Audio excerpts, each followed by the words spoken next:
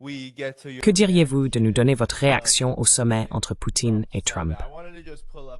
Je voulais simplement montrer, enfin, j'ai pas pu le faire, certains des aspects visuels qui me semblent presque drôles, voire humoristiques. Donc ici, on voit Donald Trump paraître très fort. Voici le président des États-Unis qui affiche une attitude ferme. Oui. Ceci est partagé par la Maison-Blanche. Je veux que les gens puissent le voir. There is a statue une statue où un gage corporel transmet cela durant l'ensemble du sommet. Et puis il y avait cette photo qui circulait, parce que je pense que l'aspect visuel reflète en partie ce qui s'est réellement passé. Là, on voit Poutine sur le tarmac. Les gens disaient « Oh oui, Trump avait l'air très ferme ». Et puis, soudain, Trump. Beaucoup passent à côté de ça. Les médias occidentaux traditionnels en particulier passent à côté. Mais Marc, selon toi, qu'est-ce qui s'est vraiment passé ici? Aucun accord, aucun compromis n'a été conclu, même si Trump avait annoncé qu'un accord sur l'Ukraine allait être trouvé. Les deux parties restent très discrètes sur les détails. Mais quelle est ton analyse?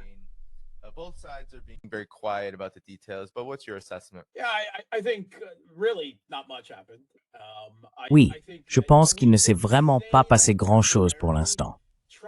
On pourrait dire que, temporairement, Trump a été remonté comme un jouet à ressort à l'endroit où il se trouvait il y a quelques mois, puis il va se dérouler à nouveau, vous savez, pour revenir en gros à la même position qu'il occupait juste avant le sommet.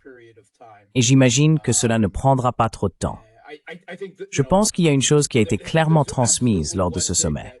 L'intervention de la Russie dans le conflit civil ukrainien, l'opération militaire spéciale, se poursuivra jusqu'à sa fin inévitable sur le champ de bataille. C'est tout, non? Il n'y aura pas de règlement diplomatique.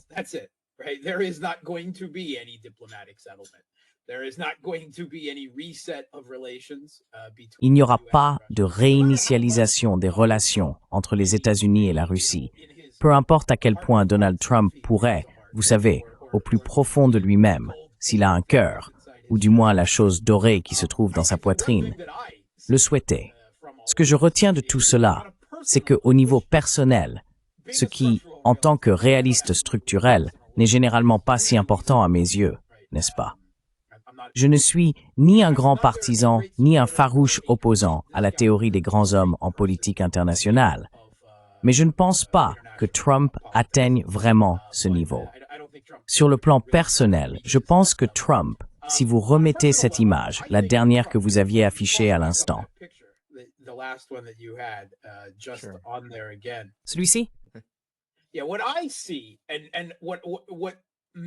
Ce que je vois, et ce qui me paraît le plus logique tout au long de cette histoire, c'est qu'ici, on voit un jeune garçon ébloui par son idole, recevant quelques conseils, peut-être même une petite leçon. C'est ce que j'observe. Je pense que si nous essayons de comprendre Trump, si nous essayons de le psychanalyser, ce qui à mon avis pose problème quand on s'y essaie.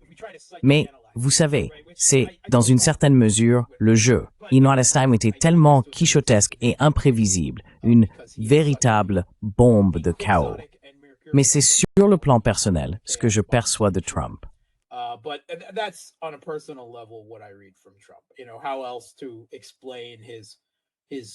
Vous savez, comment expliquer autrement ces longues tentatives au fil du temps de dériver?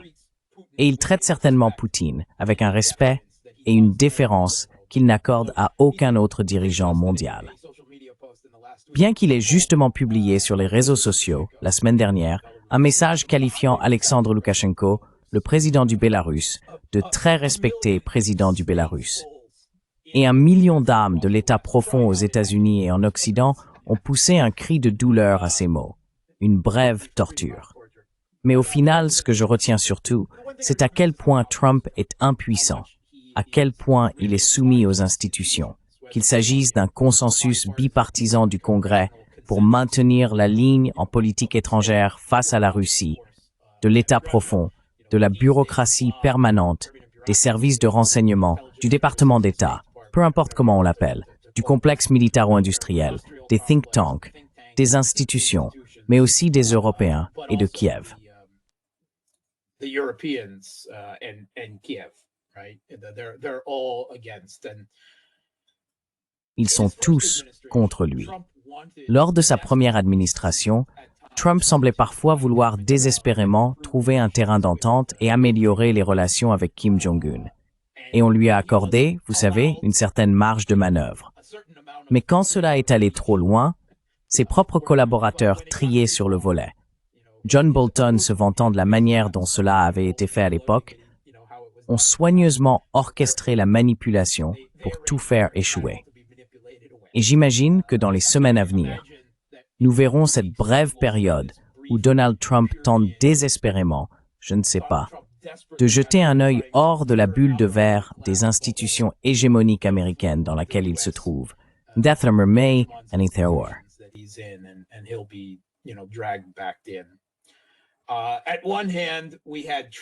D'un côté, nous avons eu Trump, qui est sorti de cette situation.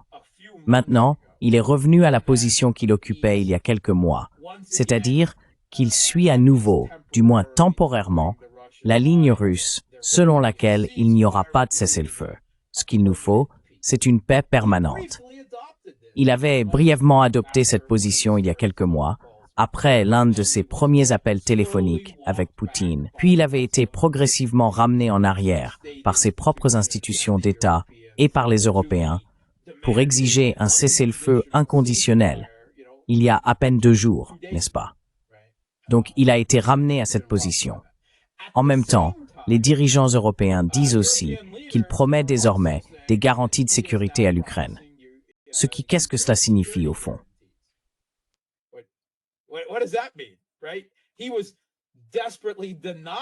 Il refusait désespérément d'accorder à l'Ukraine la moindre garantie de sécurité.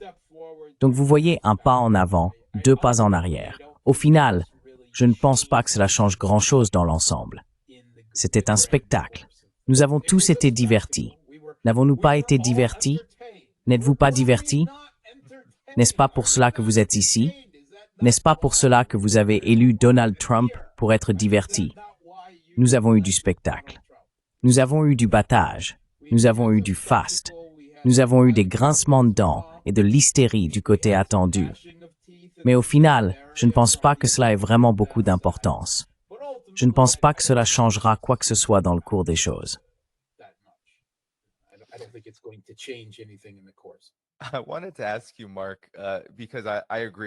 Je voulais te demander, Marc, parce que je suis d'accord, surtout sur le fait de ne rien changer. Beaucoup de gens, en Occident collectif et aux États-Unis qui suivent ces évolutions, qui suivent des chaînes comme la mienne, considèrent Vladimir Poutine comme quelqu'un de très fort. Même si Vladimir Poutine, son attitude, sa façon de faire, il n'y va pas en ayant l'air prêt à se battre. Il y va prêt à négocier, prêt à être diplomate. Ironiquement, parmi tous les dirigeants mondiaux, c'est lui. Oui, c'est lui. N'a-t-il pas une ceinture noire ou quelque chose comme ça? Il lutte contre des ours ou... Bref, j'ai l'impression qu'il en est sorti incroyablement fort. Même rien qu'à la conférence de presse, Marc, il a assuré les 2/3 de la conférence à lui tout seul. Et puis, Donald Trump est monté là-haut et improvisait complètement. Mais Biden avait plus de 8 minutes préparées pour une conférence de presse très courte, qui n'en était même pas vraiment une, où il a tout résumé, il arrivait et il avait Fox News. Il avait les médias occidentaux, les causes profondes, martèle ces mots. C'est de la panique. Parlons-en, car c'est un point essentiel pour moi. Vladimir Poutine s'est rendu aux États-Unis. Les médias occidentaux, même s'ils aiment toujours exagérer le danger que représentent Poutine et la Russie, craignent selon moi, dans ce cas précis, que Poutine ne soit pas quelqu'un qu'on peut bousculer ou faire plier sur des questions qui sont absolument existentielles pour la Russie dans son ensemble. C'est ce que j'ai surtout retenu. Qu'en as-tu pensé?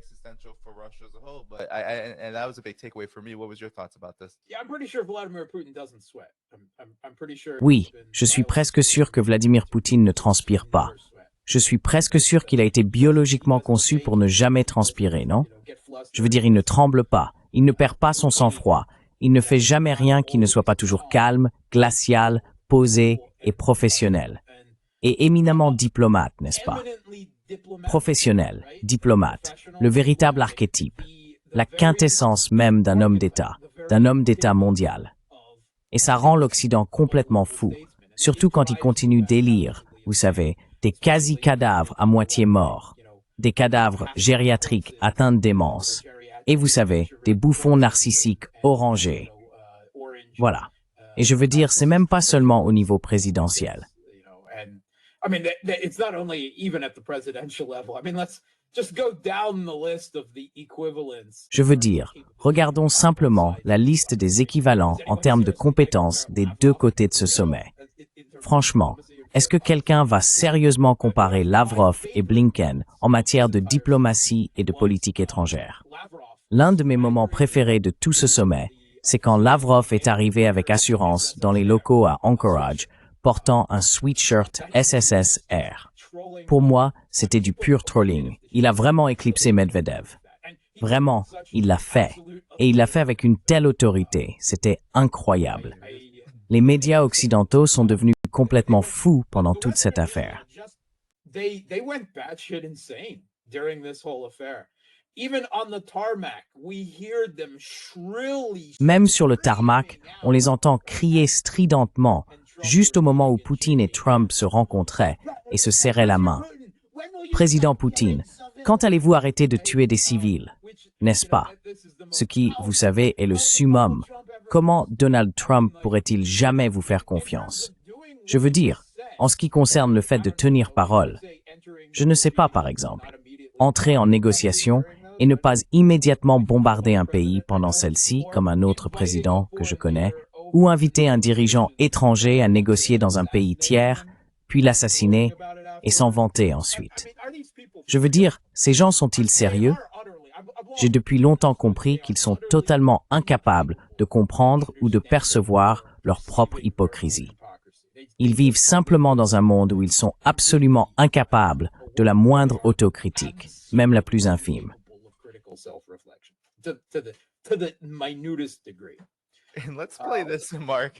Et écoutons ceci, Marc, si possible, car je veux montrer ce moment précis et exactement ce à quoi tu fais référence concernant les médias occidentaux.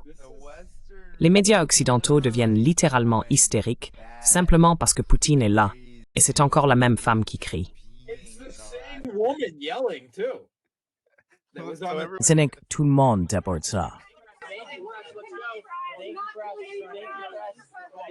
Je veux dire, c'est ici que ça se passe.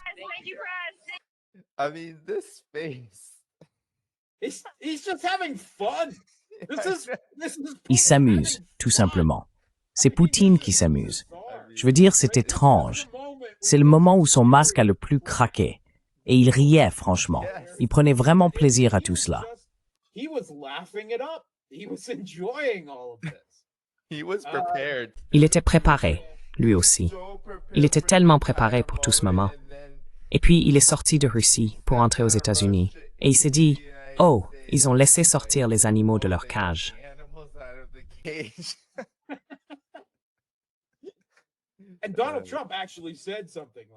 Et Donald Trump a effectivement dit quelque chose comme ça. Vous voyez ce à quoi je dois faire face. Je veux dire, soyons honnêtes, appelez ces voix stridentes, hurlantes, de propagandistes, des journalistes. Ce ne sont pas des journalistes. Ils ne le sont en aucun sens du terme. Ils essayent simplement.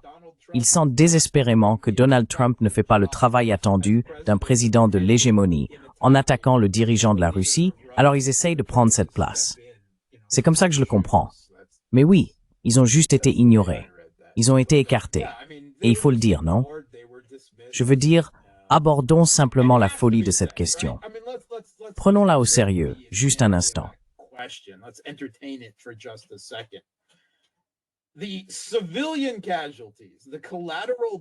Les pertes civiles, les dommages collatéraux dans le conflit en Ukraine sont ridiculement faibles pour un conflit de cette intensité et de cette ampleur, non? Je veux dire, c'est du jamais vu. Le nombre de femmes et d'enfants tués en particulier est minime, n'est-ce pas? La plupart de ces victimes se trouvent presque certainement du côté des forces du régime de Kiev. Quand vous lisez des gros titres et entendez des rapports comme « La Russie a lancé 300 missiles et drones à travers l'Ukraine pendant la nuit et une personne a été tuée et 3 ont été blessés », réfléchissez-y un instant. Comment est-ce possible? Think about that for a second. How is that even possible? How do you fire 300 drones and missiles? Comment peut-on tirer 300 drones et missiles, n'est-ce pas? La plupart étant évidemment interceptés avant d'atteindre leur cible, c'est évident. La Russie va jusqu'à des extrêmes extraordinaires, n'est-ce pas? De toute évidence, elle se soucie bien plus du peuple ukrainien que ne le font les dirigeants et journalistes occidentaux. Maintenant, comparons cela, bien sûr, ce qui ne sera jamais fait dans les médias occidentaux. Alors, regardons, regardez les victimes civiles lorsque Trump, il y a seulement quelques mois, bombardait le Yémen. Ou, vous savez, oserons-nous même mentionner les victimes civiles lorsque Netanyahou bombarde toute la bande de Gaza jusqu'à la ruine, n'est-ce pas? Avec exactement cet objectif.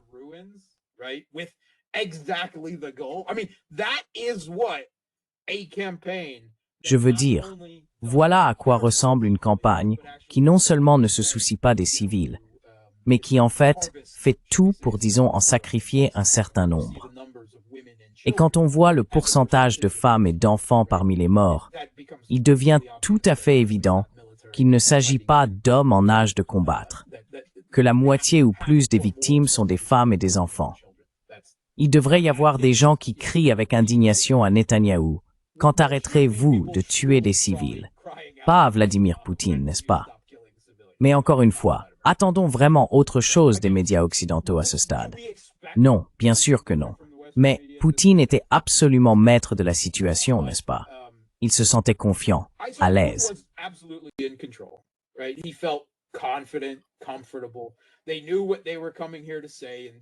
Ils savaient ce qu'ils venaient dire et faire ici. Ils l'ont dit, puis ils sont partis. Et de toute évidence, même si les deux camps insistent sur le fait que tout s'est très bien passé, disant que c'était 10 sur 10, la réalité, bien sûr, est tout autre. À l'origine, selon les rapports, il devait y avoir une rencontre en tête-à-tête entre Poutine et Trump avec des traducteurs présents, puis une réunion en format 5 contre 5. Ensuite, cela a été modifié pour que la première réunion soit en format 3 contre 3. Trump, Rubio, et je crois que c'était Witkoff, et du côté russe, Poutine, Lavrov, et je ne suis pas sûr si c'était Dmitriev ou Uchakov, mais c'était 3 contre 3. Cela a duré 3 heures, et puis c'était fini. Il devait y avoir un déjeuner commun, il devait y avoir une deuxième réunion. J'avais entendu dire 7 heures, puis c'était 1h30. Alors je me disais, 7 heures. De quoi vont-ils parler pendant 7 heures? Mais oui. Tout le reste a été annulé, non? Et il devait y avoir une conférence de presse, non? Une conférence de presse conjointe après. Et je me dis juste, oh, Volodya, Vladimir, pourquoi as-tu accepté cette absurdité, non? Tu sais, cette meute baveuse, cette horde de zombies hurlant de façon stridente. Et ce n'était rien parce qu'ils n'ont pas pris de question de la presse. Comme tu l'as dit, ils ont tous les deux fait, enfin, non seulement ils l'ont fait, mais Poutine est passé en premier. C'est du jamais vu. C'est pas le protocole. Il a failli être à la fois le premier et le dernier. Il l'a fait, car il est intervenu en anglais à la fin en disant « la prochaine fois à Moscou ». Mais c'est un autre point qui a choqué l'Occident. Non seulement, ils ont tous été traînés jusqu'au fin fond de l'Amérique, pour ainsi dire pour ce spectacle, mais en plus, ils n'ont même pas eu le droit de poser de questions, à part celles qu'ils criaient de loin sur un ton aigu. Et apparemment, le président Poutine s'en moquait ouvertement. C'est donc, encore une fois, une rupture du protocole. C'est vraiment difficile à comprendre.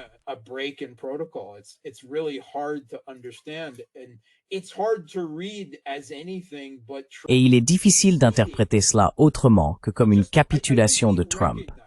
Je pense simplement qu'il reconnaît. Vous savez, Trump adore toujours jouer à ces jeux de mal alpha, ces jeux de pure domination avec tous les autres dirigeants mondiaux, n'est-ce pas? On a vu ces poignées de main ridicules qu'il fait avec Macron. Erdogan fait la même chose. Je pense même qu'Erdogan est meilleur. Et il a brièvement essayé avec Poutine. C'était évident, et Poutine n'a pas bronché. Je veux dire, qui êtes-vous? Poutine est ceinture noire de judo. Soyons sérieux. Il était totalement prêt. Il n'a même pas eu à forcer face à un type qu'il dépasse d'une tête, et je ne sais pas, d'une masse corporelle significative, disons-le comme ça. Et Poutine n'a pas bronché.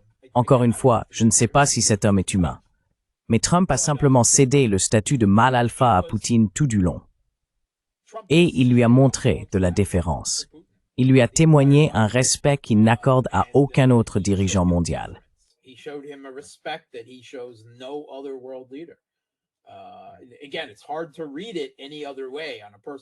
Encore une fois, il est difficile de l'interpréter autrement sur le plan personnel.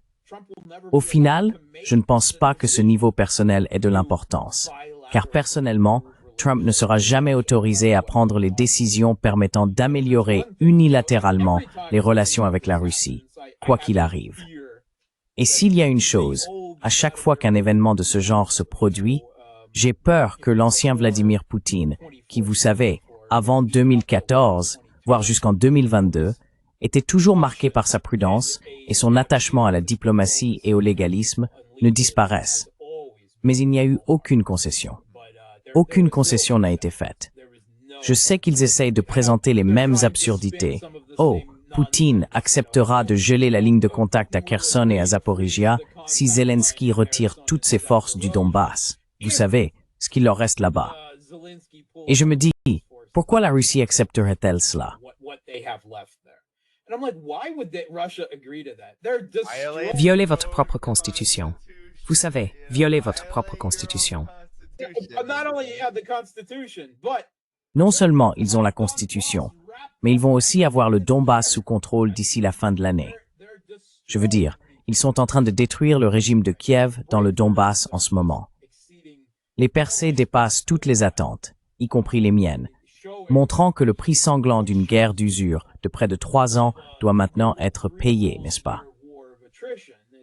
C'est ce qui se passe. Nous en voyons les effets. Nous n'assistons pas à un effondrement total, pas encore, comme certains l'annoncent tous les 2 mois depuis le début de ce conflit, mais nous assistons à un effritement. On constate une incapacité à tenir toute la ligne de front, et c'est ce qui a conduit à la pénétration en profondeur et à la crise opérationnelle à l'arrière de Pokrovsk. Je veux bien préciser que c'est pour cela que ce sommet a eu lieu, n'est-ce pas?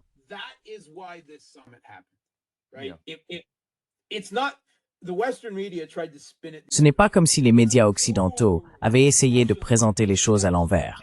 Oh, la Russie fait un effort supplémentaire pour améliorer sa position avant le sommet afin d'avoir plus de poids. C'était exactement l'inverse, non? La Russie avait déjà commencé à détruire le régime de Kiev dans la direction de Pokrovsk. Et c'est à ce moment-là qu'ils ont dit « Oh, si vous n'arrêtez pas cela et n'acceptez pas un cessez-le-feu dans 50 jours, alors il y aura des sanctions secondaires et des tarifs douaniers sur le reste du monde pour avoir osé commercer avec vous. » Et là, ils sont devenus encore plus paniqués, non? Et ensuite, c'était 10 ou 12 jours, nous sanctionnerons le reste du monde. Vous savez, je ne sais pas si vous avez vu ce sketch, je ne pense pas grand-chose d'Eurasia Group et d'Ian Bremmer.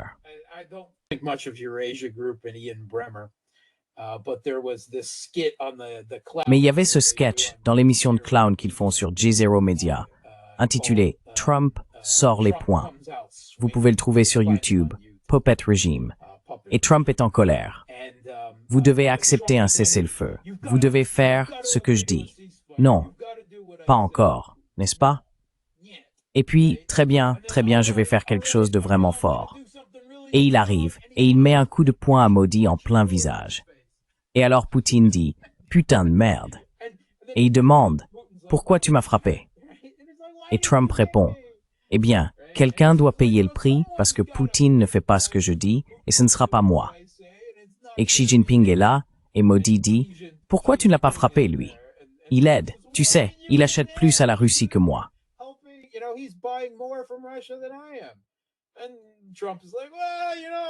Et Trump dit quelque chose comme « Eh bien, vous savez, on en a parlé, et c'est compliqué. Ils ont un moyen de pression sur moi, et vous non. Donc vous savez, c'était ça l'accord. » Mais ça, c'était l'étape suivante. Puis la troisième étape était « Nous devons nous rencontrer la semaine prochaine. Vous devez accepter un cessez-le-feu la semaine prochaine. » Pourquoi? Parce qu'ils paniquent. Évidemment, les médias, l'élite, la rhétorique, cela n'est jamais dit ouvertement, mais certaines personnes, à un certain niveau, tirent la sonnette d'alarme car les forces militaires du régime sont en train de s'effondrer à un degré sans précédent. Et il n'y a aucun signe, il n'y a que des signes que l'armée russe devient plus forte chaque jour et que les forces du régime de Kiev s'affaiblissent chaque jour.